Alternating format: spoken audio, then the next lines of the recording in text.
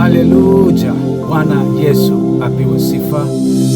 Ni wakati mwema ambao Mungu ametupa na ametuwezesha tangu tulipoanzisha mwaka. Ni neema iliyo haje ambayo Mungu ametuachilia katika mapenzi yake jioni ya leo. Ninamshukuru ni kwa ajili ya wema na fadhili zake katika njia zake ambazo amezitenda katika maisha yetu. Bwana Yesu apewe sifa. Ninaamini ya kwamba Mungu amekuwa mwaminifu katika maisha yako na njia zako, na katika kila shughuli ambalo unalolifanya Mungu amekuwezesha tangu ulipoanzisha mwaka, na mambo yako ambayo umeyaweka katika njia iliyo sawa, na kuambia Mungu akutangulie.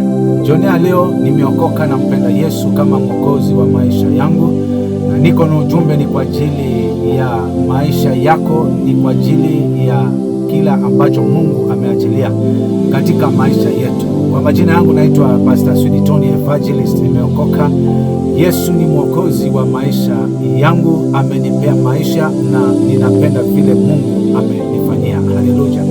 Maandiko ya Bwana katika kitabu cha Wakorintho wa pili, kifungu ni cha kwanza mstari wa 10, yanasema hivi: aliyetuokoa katika ile maiti kuu atatuokoa tena, ambaye tunayemtegemea atazidi kutuokoa. Katika mwaka huu wa 2026 ni Mungu yule yule tu aliyetupigania mwaka uliopita, mwaka wa 2025.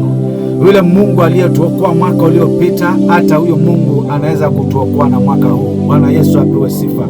Yule Mungu ambaye tuwezesha mwaka uliopita, huyo Mungu atatuwezesha mwaka huu. Ninachokutia nguvu na imani kuu ni ya kwamba zidi kumtegemea Mungu, maana yeye ndiye mwenye uweza, nguvu na mamlaka. Haleluya.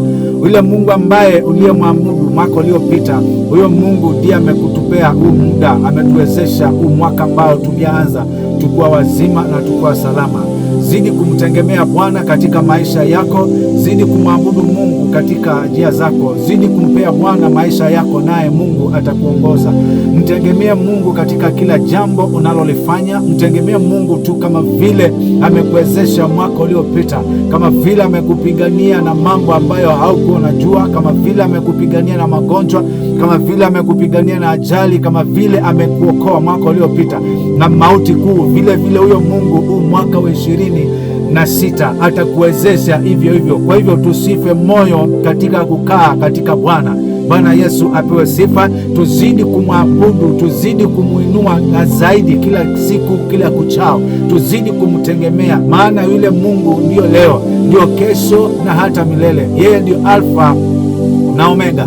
Bwana Yesu apewe sifa. Tuzidi kuinua Mungu katika maisha yetu na viwango viwe tofauti, ili Mungu akazidi kutembea kwa njia isiyokuwa ya kawaida katika maisha yetu.